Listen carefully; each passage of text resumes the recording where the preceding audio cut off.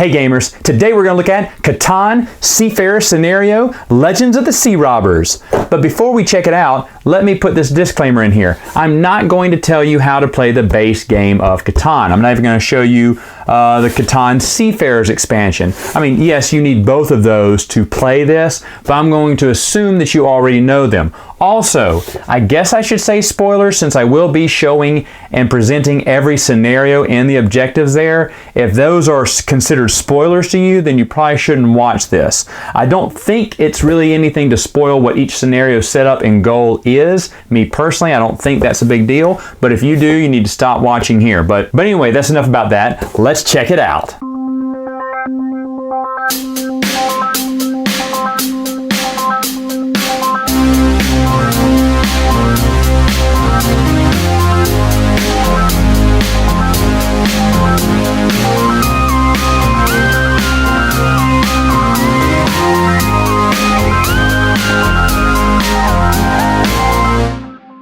Alright, so the first scenario is set up like this.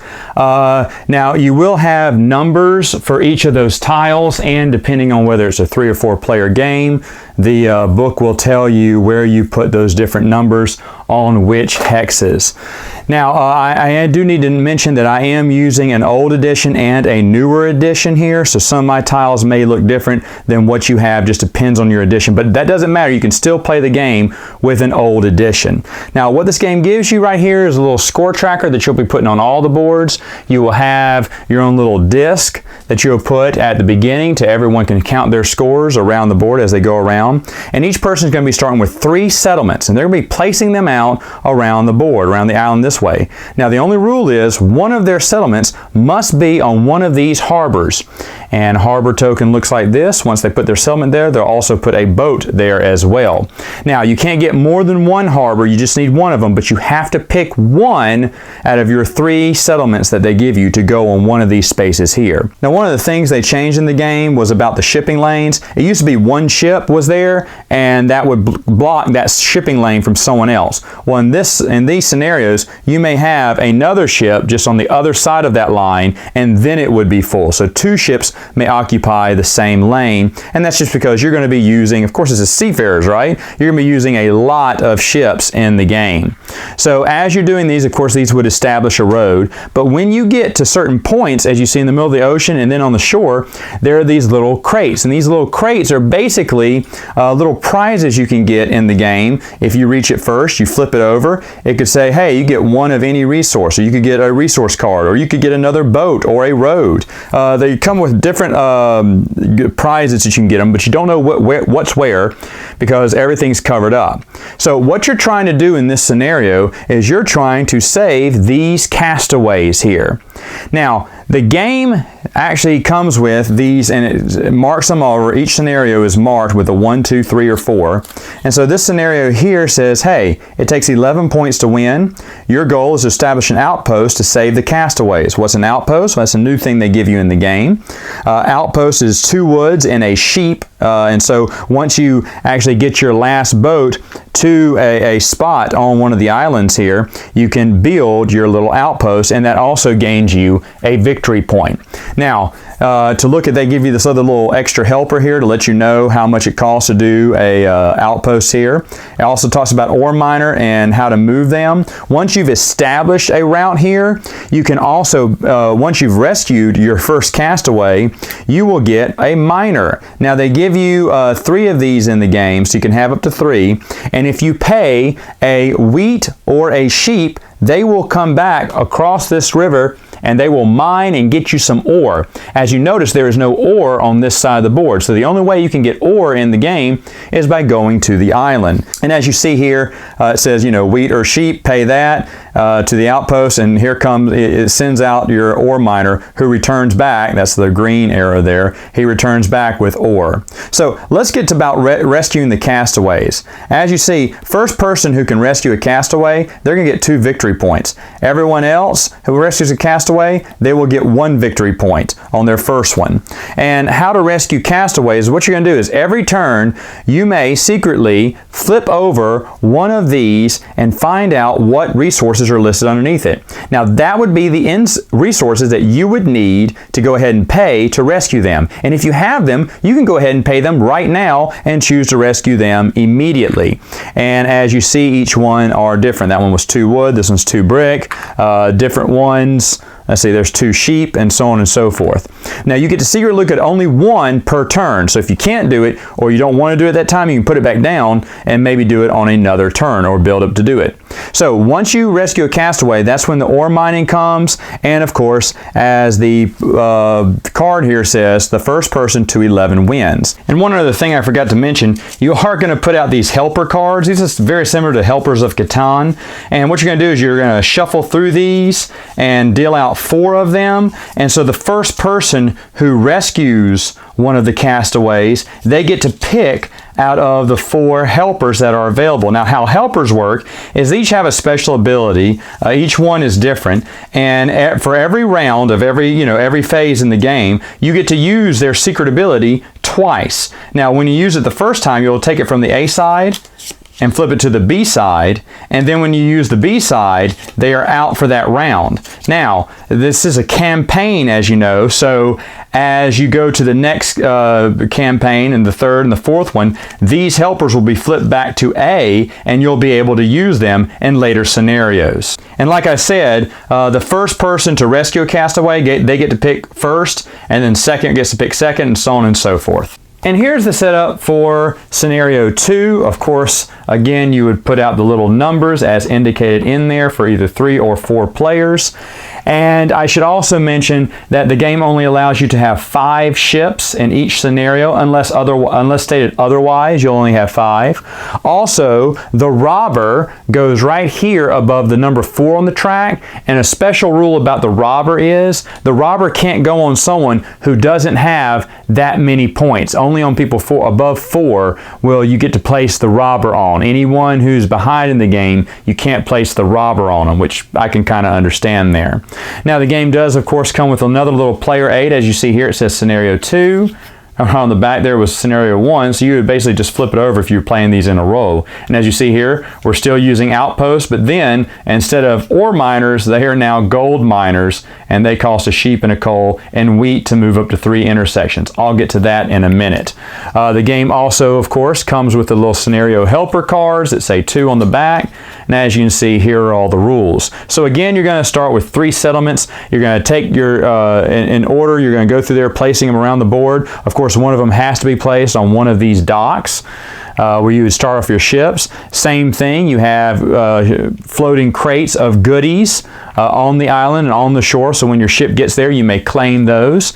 Also, depending on how well you did on the prior scenario, you will get these iron ore tokens. And of course, the game will tell you how many bog iron ore tokens you need to play per player, and how many castaways were rescued during the last round. Now, what these little things do is you will put them in pastures, and if someone were to put a settlement or city on there, they could either get 1 sheep or 1 ore if they wanted to as well. Now, if they had a city there, they could get both, or 2 sheep, but they may not get 2 ore. So those are just something special you have that impacts from it's, whatever happened in scenario 1 would impact whatever happened in scenario 2. So as you see here, what you're trying to do is you're trying to race across here and establish an outpost again, and then you're going to be collecting gold. Now, as I said, you're going to be using these gold miners, and what these gold miners are going to do is they're going to move 3 hexes on the board, so 3 intersections. So they go 1, 2, 3. They could, or they could move around the board up here, 1, 2, 3, and they're going to go to these little gold mining, panning for gold tokens on the board, and they are different denominations. They could be either 2 or 3. Now you won't know which one's which. You'll just have to, you'll shuffle them up, mix them across the board, and everyone's going to go panning for gold. Now you can have up to 3 miners, gold miners of any color or the same color around 1 hex. Now when you reveal it, that's when you're panning for gold, and everyone who's around that hex will get X amount of gold. And they do have a little chart here that you'll put your little marker board here. There's two of these, one for the score track here, and of course one for the gold track. And as you pass over certain areas on the board, you're going to get victory points. Now if you pass over here, you're going to get a special helper, Nyla, and she's going to help you out. This is someone that the first person who crosses that will get to keep her. I should also mention that any friends cards that you had from the last round, you will get them back, and of course they will be flipped over back to A and refreshed again for you to use for this new round here. So you're going to keep your friends as you go along. So once again, the first person to Nyla will get her, and of course everyone who passes the victory point will get a victory point. And of course you'll be moving around through here, playing Catan over here, but moving over here, panning through gold, and the first person to 12 victory points wins. Here's the setup for the third scenario. Once again, the book will let you know what the tokens you need to put out on the hexes and how many ships and what the layout should be, whether it's a 4 or 3 player game. You also, of course, get any helpers you have from previous scenarios. They come back with you, totally renewed. And now your new helper card is this, ships. You're going to even get your own little ship board here with a little token that you'll put right here at the 1. Now what you're trying to do is you're trying to arm your armada. These are your ships and you're trying to put catapults on them. Now a catapult costs 1 stone and 1 wood.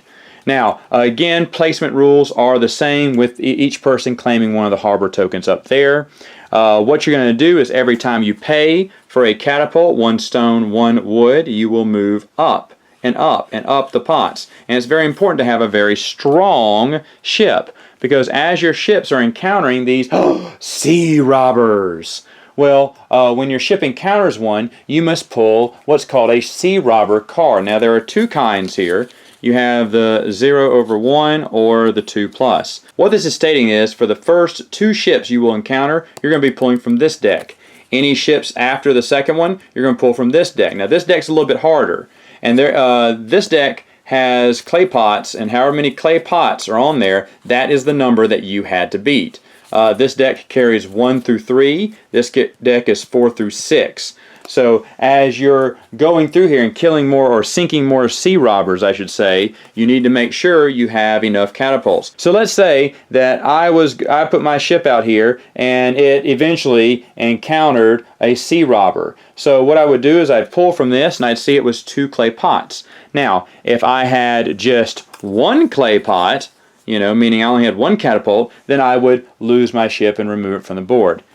If I would have to beat it with a 3 or better. If I tie, that's no good. I'm just going to have to redirect my ship somewhere else. But if I get a 3, then that means I have defeated the sea robber. And what I'll do is I'll take this card back and I'll shuffle this deck so no one will know if that will come up again. And then I will take the sea robber. He is mine to take. And I will take the little crate with the little goodie inside, whatever that is. Now, just like Longest Road and Greatest Army, there is another victory point scenario here. It's Greatest Sea Robber Nemesis. Once you sink 3, you will gain this card in 1 victory point. Now remember, just like in Longest Road and Greatest Army, if someone sinks 4 before you, then that victory point, this card will go to them and they will get the victory point. Now again, if we look at our little scenario card for 3, we see those things about the pirate, beating the pirate, getting the prize crate, beating 3, getting the 1 victory point. Also, you have these gold islands, and there would be tokens on them. But if you settle on a gold island, not only can you start getting gold, but you also get a victory point as well. And of course, the first 1 to 13 wins. And here is the setup for the 4th and final scenario. As you see, same rules apply. Everyone gets 3 settlements. One of them must be on one of these tokens where all the ports are. We also have a little sea robber out here who kind of works like the robber, the mainland robber. So he can also, on a 7, you can move him as well. And in some of these parts of the sea, as you see by the setup, they'll give you tokens on where to put on each one of the hexes here. And also you're going to take a stack of 4 tokens, a 5, 6, 8, and 9, shuffle them and put them face down over to the side of the board, and that's to be used later on in the game. But as you see, there are some empty spaces here on the board, you fill them over and flip them over, and what you're doing is you're going out there and basically like in Explorers and Pirates, when your ship gets there, you will flip over that tile. And when you do that, you will discover one of three things. The first thing you could find is a spice trading place. That's very good, because upon discovery of this, you will get a spice card. These are the spice cards here. Now there are three different types of spices they can get. They can get cinnamon, cocoa, or rabbit pellets. I don't really know what those are. Maybe they're berries or something. But anyway, those are the three types of spices you can get. Now you get one just for discovering this. However, on your little player board for this round, marked 4th scenario, you can establish a merchant. For 1 coal and 1 sheep, you can put one of your merchants on one of the hexes, on intersections of one of the spice tokens there, and you put him on that hex there, and when you do that, then you have established a trading route. And what you're going to do is you're going to be able to pick from these merchant cards here, whichever one you want. They all do the same thing, they just have different resources that do different things. And so for instance, let's say I take this one. For every 2 brick I turn in, I will get an extra spice card. I'll draw a spice card. It's random which one I get, but for every 2 brick, I can get a spice card. Now also, this tells me that when I do roll a 7, I can hold +2 the amount of cards in my hand than I would regularly be allowed to if I rolled a 7 and the robber's put on me. Now of course they have these for ore, for wood, for sheep, so any type you want. But when you go there, you get to pick out of any of these when you establish a merchant. Of course, you can get more than one if you establish more than one merchant and discover enough of these spice hexes here. So the next token that you can find is, of course, gold. And when you find a gold token, you are going to grab one of the face-down tokens, number tokens you have, and randomly draw one and place it on the top here. Of course, now it will generate gold, and if you have a settlement there, you will be able to get one resource of your choice. And finally, the last one is, of course, the sea. Now, sea seems kind of boring, but you will get, first off, a little floating crate of goodies that were there, whatever's there, you'll get that token. And also, you'll establish a sea robber's lair. Oh no! And so the sea robber's lair, let's say we flipped one over and it was this one, there was nothing but sea, so that's got to be it. Remember, you always want to make sure it is within one of the hexes on the map. So you always want to have this nearby to check it and make sure that you landed on one of the hexes that can be discovered. Now, one other thing that you can do while you have discovered, and when I get to that intersection I could discover it, not only do I get my little floating crate token and whatever prize it renders to me, but now I can try to surround that sea robber's hideout and conquer it. And it can be, all it needs is 4 ships around it for it to be conquered. So let's say at the end of one round, White had placed their ship there for some reason. Okay, so now we have 4 ships. Well, the sea robber's hideout would go away, it would get destroyed, and each player who is on there would receive 1 crate token per ship they have there. So in this instance, red and white would each get 1 ship crate, and blue would get 2 of them because they had 2 of them defeat the sea robbers. Now, you do have your scenario here where it tells you the same exact things I just showed you, just in picture form. And then you also have your trading spices here. Remember I told you if you put your merchant on that board and you start paying the necessary amount, you can keep pulling spice cards from the deck here. Well, the more spices you have, you can turn them in for 2 victory points. So 3 of any one kind or 1 of each different kind count as 2 victory points. And as it says here at the top of the card, the first one to 14 victory points wins. I should also mention that for each prior scenario, if you do come in first, second, or third, that does matter because on the player track, it will award different points for whoever came in first, second, third, and wherever you placed in the previous scenario. And that is Legends of the Sea Robbers for Catan. Final thoughts, what do I think about the game? Well, as you know, I love Catan. It's one of my favorite board games, and my whole gaming group loves Catan too. So I was really up in the air on whether I should get this or not. This one came out last year and I was hemming and hawing. Should I get it? Should I not? I'll wait. And I did get it cheap on eBay from someone who I guess just didn't like it that much. And so I decided to finally check it out. And I'm glad I did. Now, I want to go through the cons before I get to the pros. My first con, and this is a small one here, it's only for 4 players. Now, you already have the 5 to 6 player expansion out. Why not just go ahead and include the 5th and 6th player? That does not cost you hardly anything extra, since there are very few pieces left for that. So I can't imagine it costing them that much.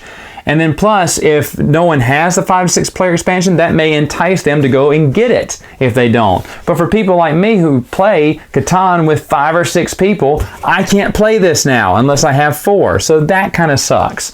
The other con, this does not add anything new to the game. From what I could tell, it was basically just a different spin off the same old thing that we have already seen. Now that being said, let me go to the pros. First off, small pro. All this stuff fits in one of my regular Catan boxes. Yes! This is one box that will not have to go on my shelf. It can easily be chucked, and that is awesome. The other thing I do like about it, even though I said there wasn't anything new in the scenarios, they are new scenarios, and so that is cool. So if you love Catan, if you love Catan Seafarers, then this is the expansion for you. Now, if you do not like Catan, or it's kind of gotten old and bland, this game will give you nothing but the same old. So it depends on just whether you still love and play Catan, on whether you should get this or not. As for me, I'm glad I have it. I'm keeping it in my collection. All right, gamers, that's all the time I have for now. Until next time, game on!